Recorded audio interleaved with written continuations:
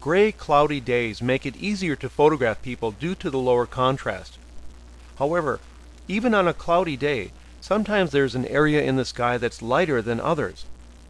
I try to face the subject toward the brighter area in the clouds.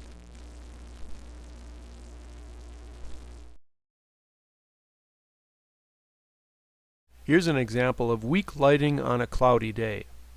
Shooting far away makes the face small enough, though, that our attention is less on the lack of light in the eyes. Cropping in shows how incorrect that light was. If it would have been a close-up portrait, I certainly would have fixed the light. But at that far distance, that problem isn't as pronounced. And another solution is to have the subject wear a hat. This blocks the excessive top light. A hazy setting sun was behind me, and I deliberately positioned my camera so that the senior, who will be at the end of the driveway, will be facing into that light, and the reflected light of that long, light concrete driveway will be acting as a fill reflector. That low light, along with her large brimmed hat to block any top light, ensured that we'd have plenty of good facial lighting. As I mentioned in the golden hour or sweet light section, it's usually better to face the light. The next 3 pictures will be cell phone snapshots of Shirley and me. And because they are cell phone pictures, there's a lot of depth of field, so they're going to be very busy. Knowing that the lighting wouldn't be very good for looking straight at the camera, I tried the two of us just looking at each other. And while the lighting is okay on me, it's very flat on Shirley. We faced the camera here, and as you can see, the light is not good at all on our faces because there's really nothing coming from the front. It's all coming from the side.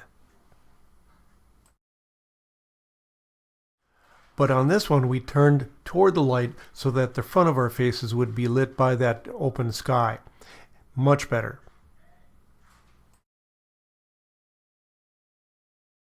This overhead drawing of the next examples shows a tree problem. The nasty light suckers behind me block any frontal light if the subject looks at my camera.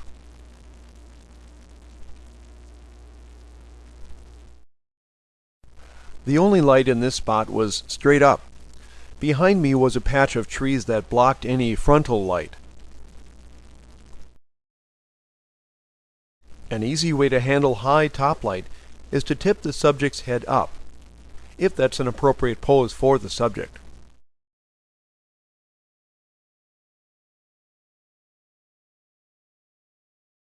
It's really an easy fix to change the bad lighting into good lighting simply by having the person turn their face toward that light.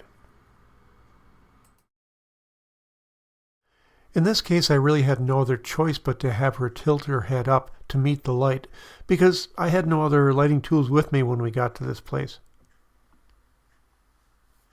Standing out in the open on an overcast day doesn't often produce good lighting. And when it doesn't work, one option is to just have the person look down.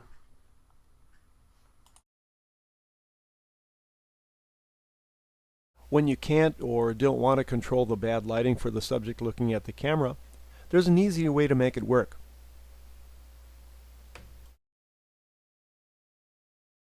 Just have the subject turn his or her head sideways. That way we're not looking into the bad frontal lighting.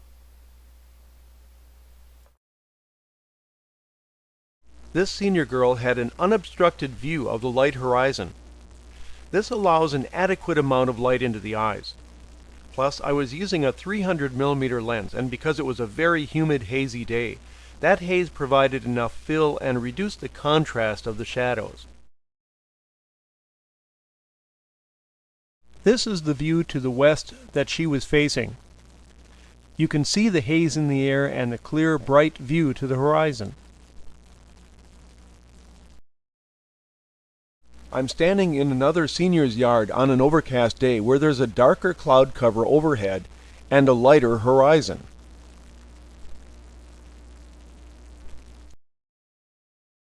I needed that kind of light because I wanted a loose look to the posing, and I didn't want to have her movement be restricted by big light control devices. That's especially important with full-length poses. Look at the long catchlight in her eye on the underlay image. That shows the shape of the predominant light source, which in this case was the bright sky near the horizon.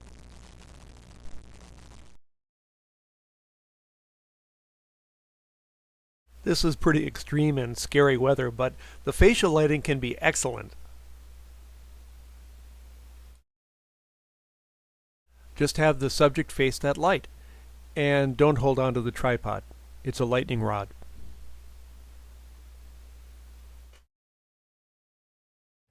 And if the sun is behind some hazy clouds that's diffusing the light, and there's a dark blue sky overhead, that can create a good direction of light from a lower angle also.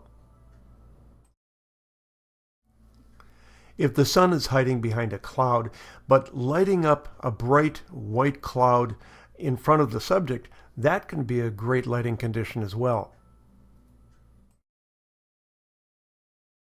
And if the sun is behind some hazy clouds that's diffusing the light, and there's a dark blue sky overhead, that can create a good direction of light from a lower angle also. This is a great example of how we can't always control the light, so we have to turn our subject to the strongest light. A senior girl wanted to be photographed skiing. The setting sun was filtering through that area of cloud cover to the west, so we had a stronger light in the west than anywhere else. So if I would have photographed her only like this, with her back to the brighter part of the sky, she would have been disappointed. However, knowing that we need the strongest light behind me, I told her dad to take her to the east side of the lake. Then I'd shoot as we were traveling west. As you can see, the light is more colorful and better on her face.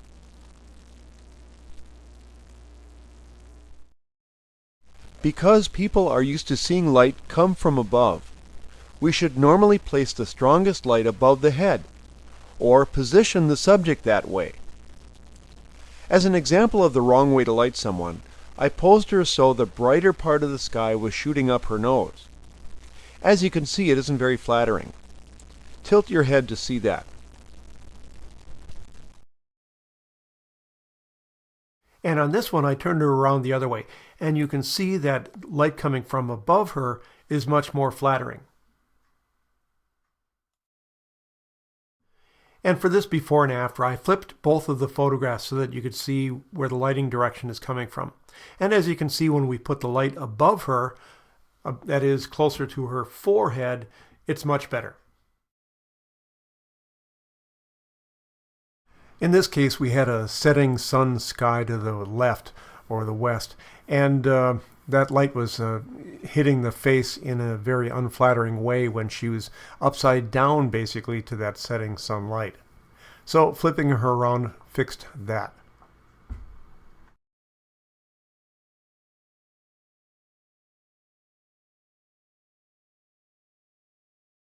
How a person tilts their head also plays into it. Clearly, this is not flattering. But simply tilting her head toward the light made a huge difference. If you're not planning to manipulate the light, you need to be very conscious of lighting and look for existing devices to help shape the light. This will involve subtracting and adding light, both of which I'll go into deeply throughout the rest of this series. But for now, we'll show you a few natural devices to work with. Shade is sometimes similar to overcast skies, so let's show an example where shooting in the shade was the better choice. Here, the sunlight was okay, but not really the look that I wanted.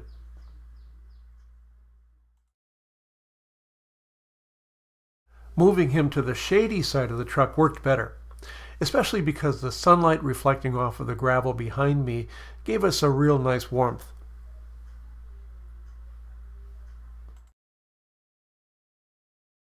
The first thing I look for is a tree or something that they can stand under that'll block the top light.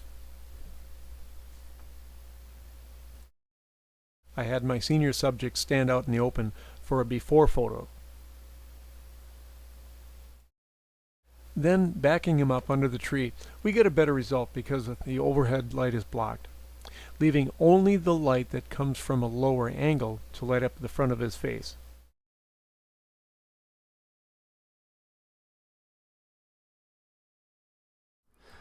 Shirley and I were at this park in the fall that's known for its bright colors. Consequently, there were a lot of photographers there photographing seniors, couples, kids, and families.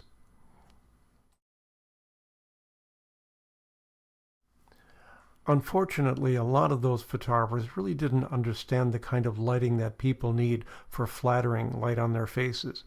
For example, this family was facing a big wall of dark trees that only allowed the light to come from straight up. So that gave me the idea to take Shirley just a little distance away and put her under this tree to show that we can find good lighting if we just know where to look for it.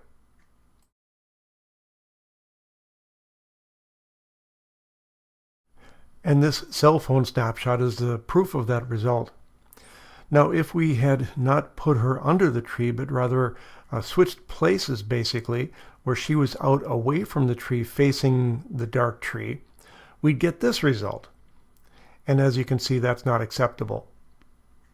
And unfortunately, these days a lot of photographers will just lighten the image to get light into the eyes, but that doesn't fix the problem. This is a great location for natural existing light because we've got a tree that provides an overhead shade to block that overhead light, and we've got the driveway that provides some fill light underneath. This is the view the subject would see looking back at where my camera would be in that driveway. I have her stand so the tree is at about a 45-degree angle above her face.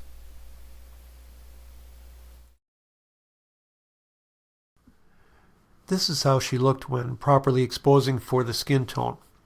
It's obvious that her eyes are too dark, and even with all that light that's bouncing off the driveway to help reflect back to her. This is the same image but exposed brighter just to get enough light into her eyes. That's a popular trend today, but it's not the right answer for the problem.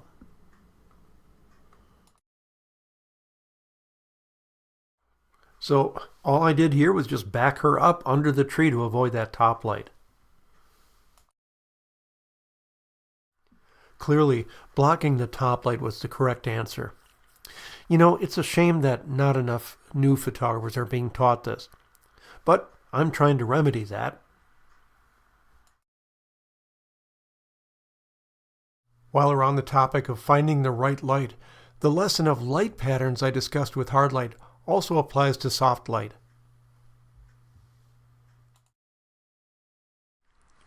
I'd consider this a subtle version of broad light as it existed here. This is short light, but I had to block some light on the near side of his face to make that happen.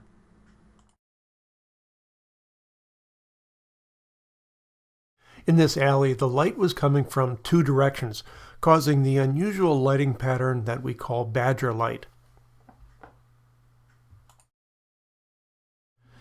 And a split light resulting from his face turned away from a window. I could go into lots more lighting patterns, but I'll be doing plenty of that throughout the program. As long as it's not too bright, you can use low sunlight. It'll be very warm though.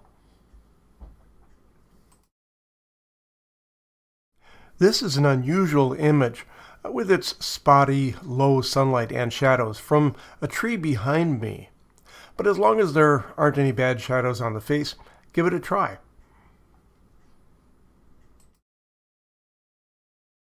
Sunlight usually creates problems when working in shade because of its high contrast, and it increases the brightness of green casts reflected off of green grass back up to the subject. So it's safer to avoid sunlight reaching into your shady areas.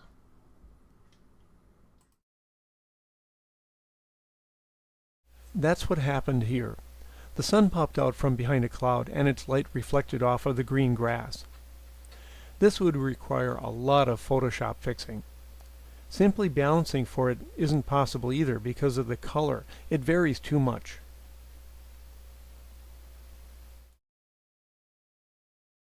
With the sun back behind a cloud, everything was better. There's more to talk about for looking for good lighting locations, and I'll discuss that in the section on subtractive lighting.